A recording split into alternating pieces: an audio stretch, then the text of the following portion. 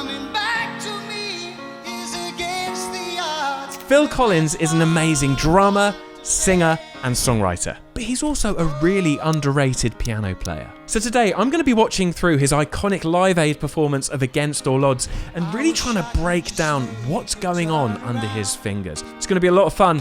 Let's dive in. Such a great song, this.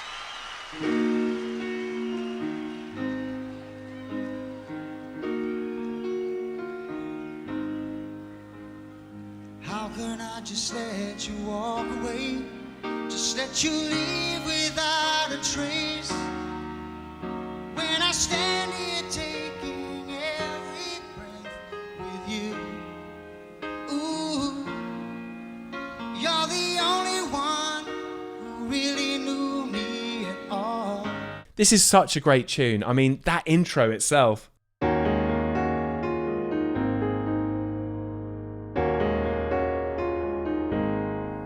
I mean, that's got to be up there with the top piano intros of all time. You just...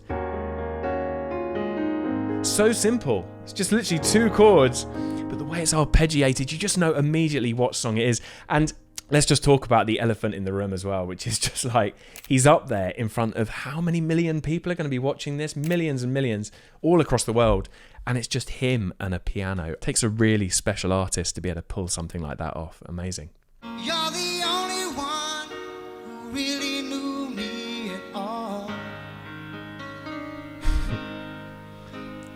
How can you Little just mistake there. walk away from me You know what? when all I The thing about mistakes, right, and this is exactly what Phil Collins does so well here, because I've made hundreds of mistakes when I'm performing live. It's just like, they're all over the place. I mean, it just so happens this is quite exposed, so you really hear it. Sometimes when you make a mistake when there's a big band going on, it's much easier to sort of mask it or people don't notice it as much. But you have to own a mistake. And as piano players, the way we're often taught sometimes is that mistakes are bad. We shouldn't make them. That was wrong. Da-da-da-da-da, all of this. Actually, what mistakes do is they humanize you, and they show that this is happening in the moment. He's up there live. He's a human. He makes mistakes. And you see what he did when he made that mistake there. He actually just smiled and was like, sort of rolled his eyes a little bit. You can see it there. Look, check. How can you just I imagine this is the kind of mistake that maybe keeps him up at night a little bit. That kind of little smile in his eye was just kind of like, oh, you win some, you lose some. That's something I really try and embody when I'm playing. Mistakes are fine, but you just have to kind of own it. You know, it just shows you're human. How can you just walk away from me Great chord progression. when all I can do is watch you leave? 'Cause we shared the laughter and the pain, and even shared the tears. So let's try and work out what he's playing here. If you listen to the accompaniment,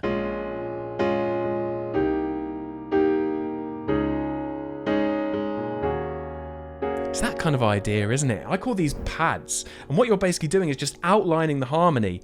And it isn't super kind of flowery. It's not like, you know, sprawling about all over the place. It's not that. It's just really committed. Really kind of confident. It gives it more of a kind of epic sound in a way. I mean, that to me is one of the greatest chords in this song. It works so well. It's on that bit where he goes, when I stand there taking every breath. That one there. It's actually an A flat over G flat. And so many great songwriters use this chord. What it basically is, we're in the key of D flat. That's the kind of key this song's in. So G flat would be chord 4. And all you do is you move your right hand up to chord 5, but your left hand stays in like the root note of chord 4, which is a G flat. So it becomes A flat over G flat. And it just creates this really wonderful, rich sound.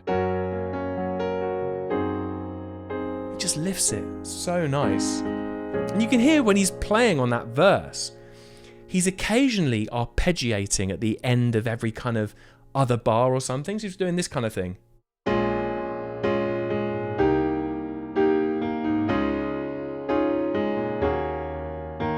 That kind of idea where he's singing a bit and then he's adding a fill just to kind of punctuate that gap. Really, really nice. It's kind of great pop piano playing. You're the only one who really knew So take a look at me now. Well, there's just an empty space. That There's pedal. nothing left here to remind me, just the memory of your face. That little pedal moment there, what he's doing is he's doing this. It's on the bit where he goes, take a look at me now. That bit there, it's so kind of triumphant, that sound, isn't it? And what that is, it's really called 1/5. And you're getting that really strong sound, but there's a kind of tension in there because it's not, take a look at me now. It's like, everything's gone home. He's on that 5, just gives it that tension, and then he again moves his right hand, because there's just an empty space. And that there, that is such an uncommon chord. I hardly hear that in so many different songs. Very, very rarely used. He's gone up to like an E flat in his right hand over the A flat. It's kind of similar in what he was doing when he was on that G flat and he moves his right hand up there. He's kind of using the same kind of trick. D flat in his right hand. E flat over A flat. It just sounds, again, so triumphant. It's a great little harmonic shift there. And then he comes down.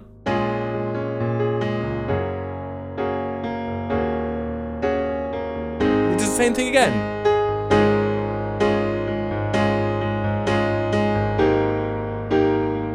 You can see with this style of playing, it's really just about keeping the harmony going. Take a look at me now. Some nice little pushes in there on his right hand. Well, there's just an empty space.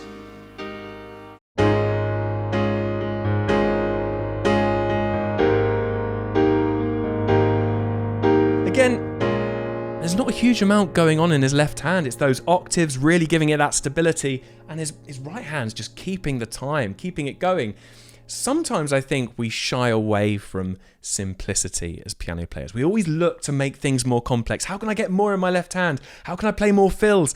If you really listen to some of the greatest singer piano players, it's often about simple piano playing done really well. And I think we can all lean into that a little bit more as we kind of work on our own playing. How can we play this simply but just give it kind of everything? I think that's something I'm certainly trying to do a lot more of at the moment. You coming back to me is against the odds, and that's what I've got to face. Oh.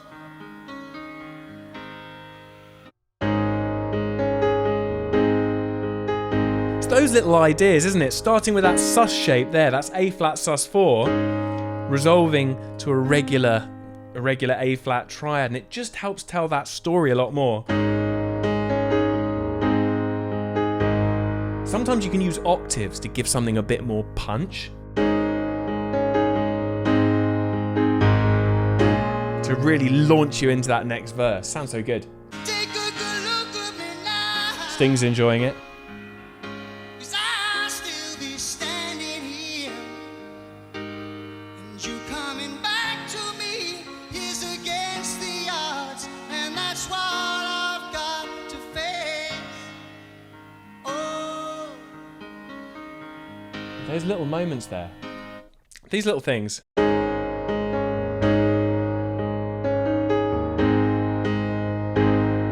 Little pushes. You call those little rhythmic pushes. So rather than just going on the beat,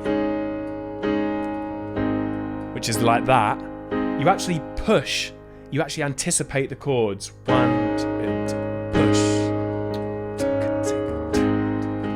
Push. Those kind of little sounds, they almost like give the music a little kick. You're kind of going one subdivision earlier than you normally would. So it's like, if I was counting, it would be 1 and 2 and 3 and 4 and 1 and 2 and 3. So I'm going on the and rather than the main pulse beats, and it just gives it that little kick that you need to move it forward.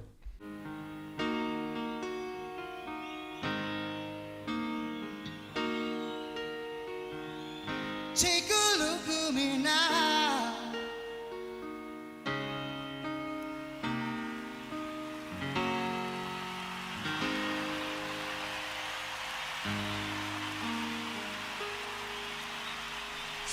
So good. It's interesting as well, isn't it? Ending on that chord. Take a look at me now.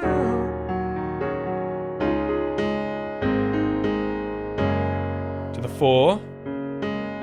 And then up to the 5 on that A flat chord. And it's like, it still feels like it's come to an end. But it doesn't resolve to that 1 chord. It just stays on that 5, but it kind of goes... just kind of leaves it kind of hanging, which is such a sort of bold songwriting choice, but works so well with this song. Amazing.